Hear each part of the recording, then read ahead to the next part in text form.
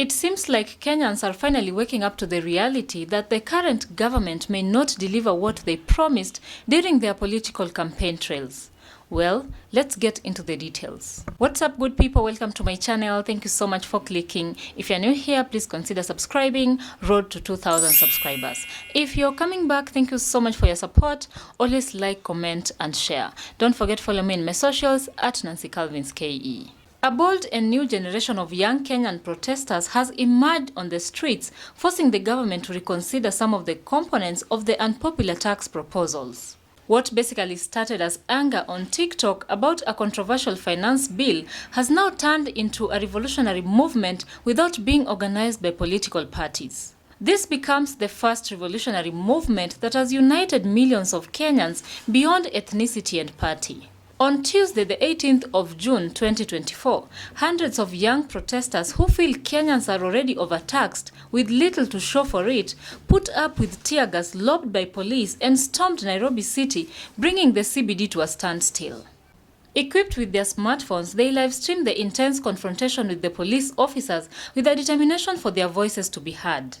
The protests, named under the hashtag Occupy Parliament, were coordinated and mobilized on social media, contrary to those led by political leaders, and encouraged fellow protesters to wear black clothes in solidarity. The youthful demonstrators, popularly known as Gen Zs, to mean people born between the late 1990s and early 2000s, showed up in huge numbers, pledging that their dissatisfaction will not end with just a hashtag or meme on social media. The Gen Zs acknowledge that with the use of digital spaces such as TikTok, they are able to mobilize young people to protest and also educate them on why. Those who did not make it to the streets have been supporting them by sharing the word through messages, photos, and videos on social media. Popular evangelist Pastor Tim Mwangi had previously done a sermon explaining the ideologies behind this young generation, something that most people could agree with.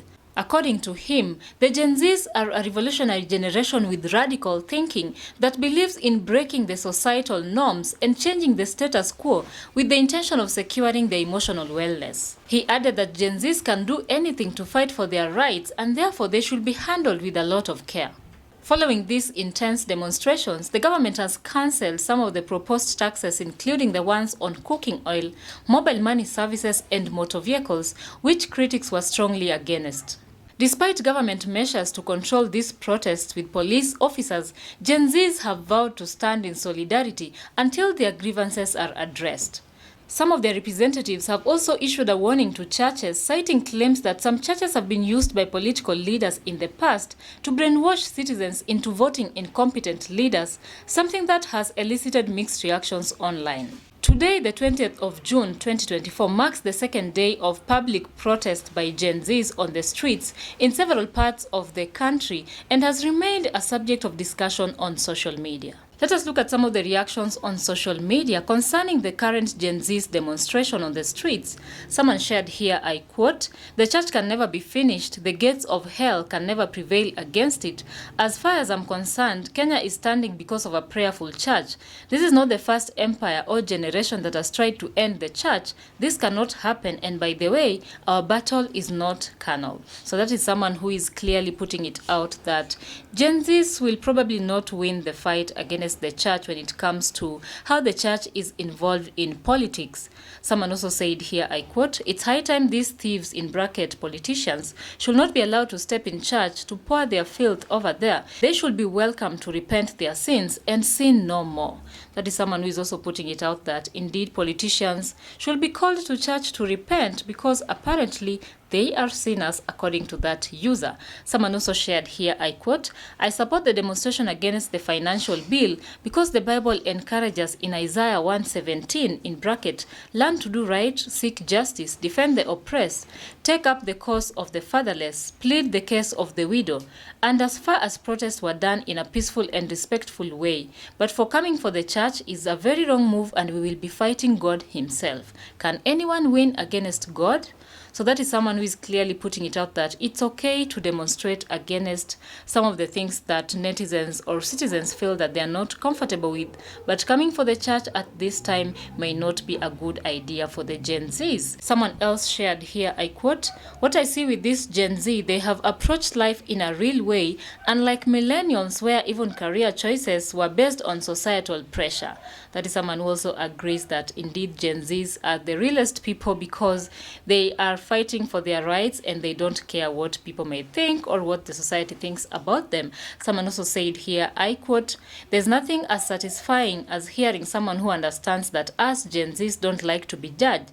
We do appreciate our parents and the generation before us, but all we need is support." That is someone who put it out that indeed Gen Zs don't want to be judged, they just want to be supported in whatever decisions they are making as long as it satisfies their needs. Someone also said here on X, I quote, "Dear all Gen Zs in Kenya, please know that the entire Africa is fully behind you in your quest to claim Kenya back to the people. You are an inspiration even to the older generations who have been complicit in tolerating mediocrity. Fight and good fight, and we will amplify your voices." So that is someone who is also supporting the current demonstrations in Kenya with the Gen Z generation on the streets. Another user shared here, I quote, "Nobody is ready for the youth revolution that is coming. It's a spiritual thing which started with Ian Njoroge, and I said it before. Youths wamefinyiliwa na wazee for long, and now they have said enough is enough. Hii itapita na wengi from law enforcement body and government officials." That is someone who is also agreeing that indeed the Gen Z revolution may be the beginning of freedom for the rest of the generations. Someone also said here, I quote, "Lessons I learned from Gen Z yesterday as a millennial. Number one, the Gen Z generation is fearless. Question and don't need approvals to execute. I saw one lady saying, 'Don't arrest me and I am not cooperating, by the way.'"